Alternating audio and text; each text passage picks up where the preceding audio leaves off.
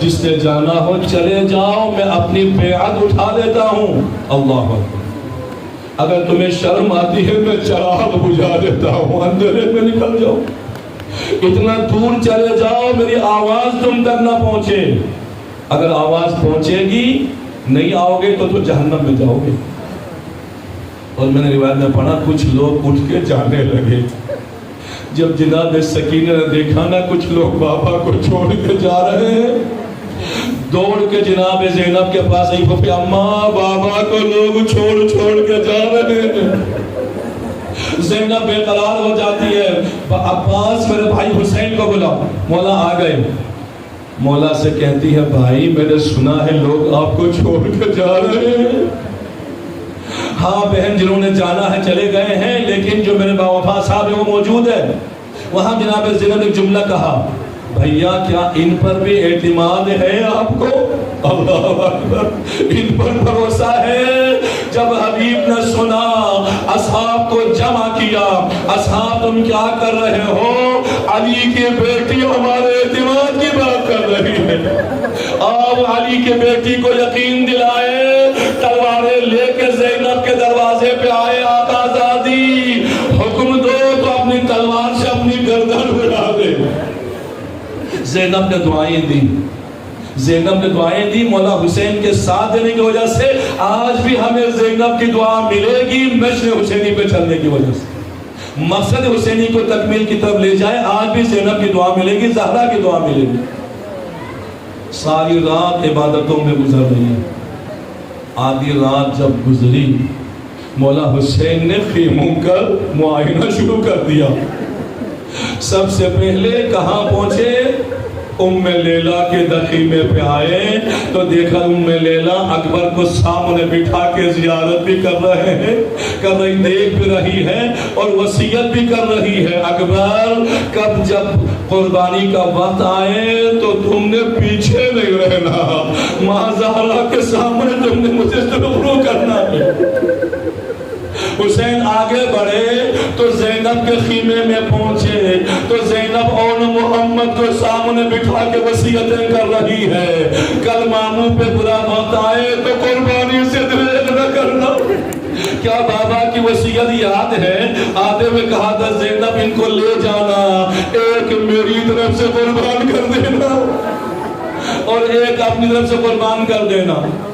اما کل دن تو چڑھے، اجازت ملے دیکھیں ہم شجاعت حیدری کا جوہر دکھائیں گے۔ وہاں سے چل کے مولا حسن کی بیوہ ام فروہ کے خیمے میں آئے۔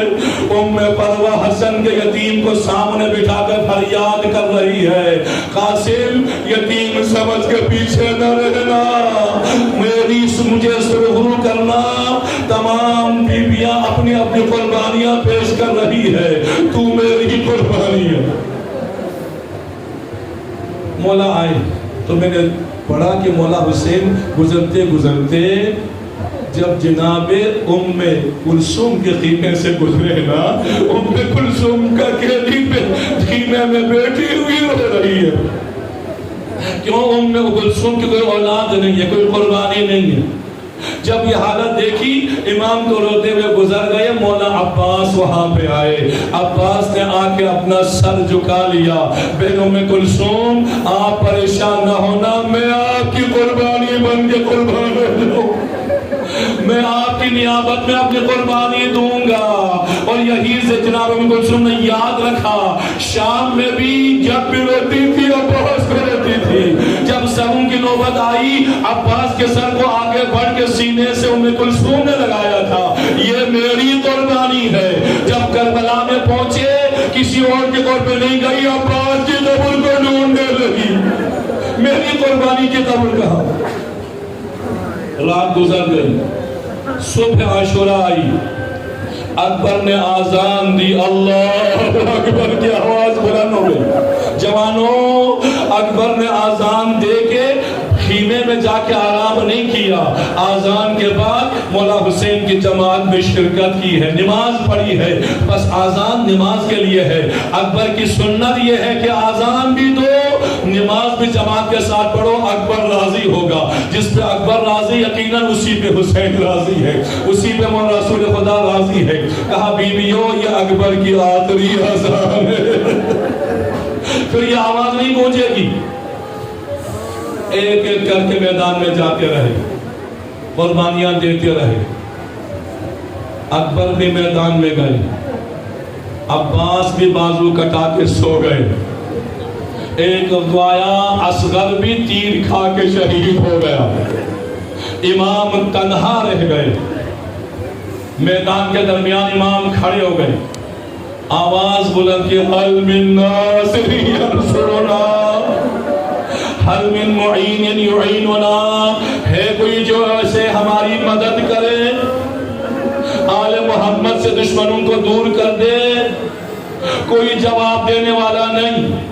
تاریخ میں ہے کہ جب امام نے حل من ناصر ینصرنا کی آواز بلند کی نا، بیمار کربلا نے غشی سے آنکھیں کھول دی، وہ بھی اماں تلوار لا دیجئے، میرے بابا اتنا غریب ہو گئے کہ غیروں سے مدد مانگ رہے ہیں۔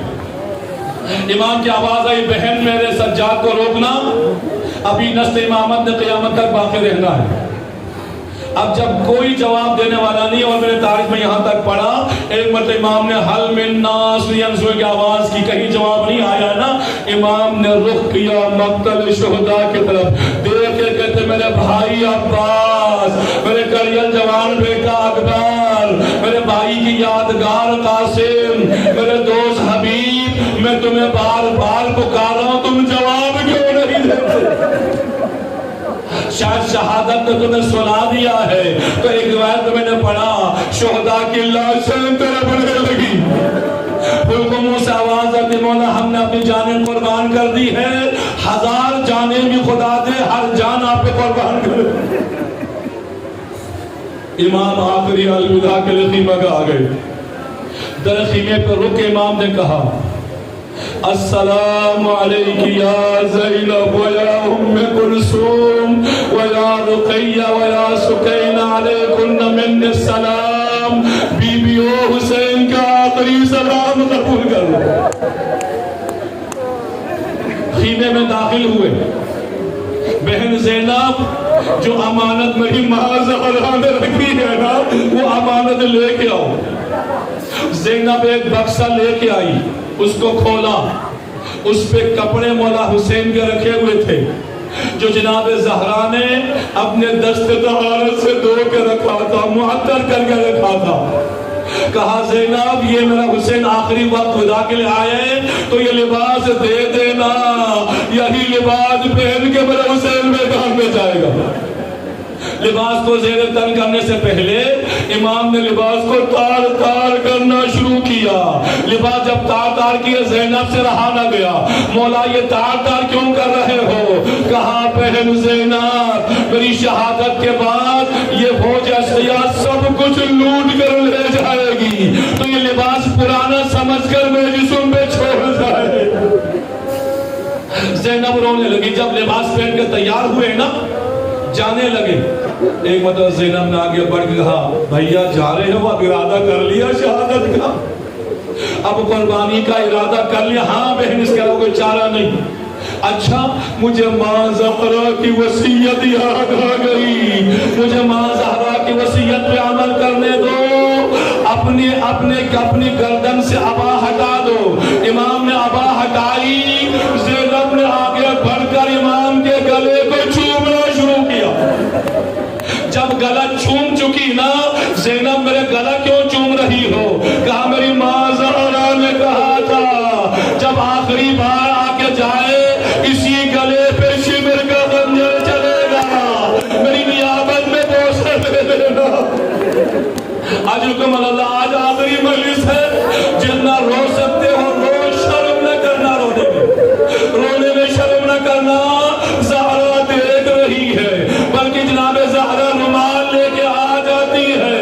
میرے غریب حسین میں رونے والوں کے آنسو میں بطور امانت اپنے پاس رکھوں گی، جب قیامت کے دن ہوگا یہ رومال میں واپس کر دوں گی، یہ تمہاری نجات کا ذریعہ ہے، یہ حسین پہ بہائے ہوئے آنسو۔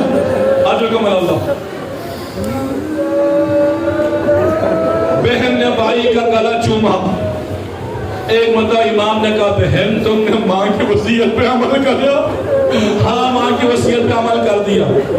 کہا بہن مجھے بابا کی وصیت یاد آ گئی، اپنے شانے سے چادر کو ہٹا دو۔ زینب نے شانے سے چادر ہٹا دی، امام نے زینب کے شانوں کو چومنا شروع کر دیا۔ بھیا میرے شانے کیوں چوم رہے ہو؟ کہا میرے بابا نے کہا تھا میری شہادت کے بعد تمہاری شانوں میں رسل پڑیں گے، تمہیں شام کے بازاروں میں درباروں میں تمہیں پھرایا جائے گا۔ عزیزکم اللہ، زینب میں اپنے بیمار بیٹے سے الوداع کرنا چاہتا ہوں، اسرار امامت دینا چاہتا ہوں۔ زینب نے کہا سجاد اٹھو، بابا آخری ودا کے لیے آئے۔ سجاد اٹھو، سجاد اٹھے، بابا کو دیکھا مسلح ہے، خون میں لت پت ہے۔ ایک مرتبہ سجاد نے دائیں دیکھا، بائیں دیکھا، آگے پیچھے دیکھا۔ امام کہتے ہیں سجاد کس کو ڈھونڈ رہے ہو؟ بابا آپ جب بھی میرے پاس آتے تھے نا میری خبر لینے کے لیے، دائیں چچا پاس کھڑے ہوتے تھے، بھائی میرے بھائی اکبر ہوتے تھے، قاسم ہوتے تھے، اصحاب ہوتے تھے۔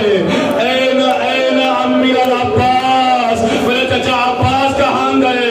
امام کہتے ہیں قد قتل، شہید ہو گئے۔ این اخل قاسم، میرا بھائی قاسم کہاں گیا؟ این ابھی مظاہر پوچھتے گئے۔ امام کہتے ہیں قد قتل، شہید ہو گئے۔ لیکن جب سجاد نے کہا این اخی علی اکبر، میرا بھائی اکبر، میرا بھائی اکبر کہاں گیا؟ امام نے یہ نہیں کہا قد قتل۔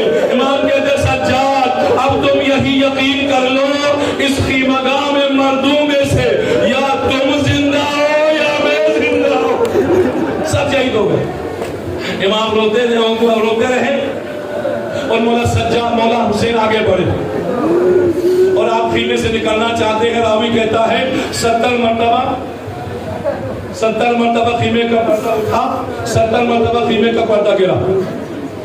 وہ بار بار پوچھتا ہے یہ کیا ہو رہا ہے؟ کسی نے کہا حسین آخری ودا کے لیے آئے ہیں، بیویاں دامن گیر ہو رہی ہیں۔ کوئی بیوی کہتی ہے مولا ہمیں کس پہ چھوڑ کے جا رہے ہو؟ کوئی بچی کہتی ہے بابا مجھے کس پہ چھوڑ کے جا رہے ہو؟ کوئی عورت کہتی ہے، بیوی کہتی ہے بھیا ہمیں کس پہ؟ وہ کہتا میں دیکھ رہا تھا۔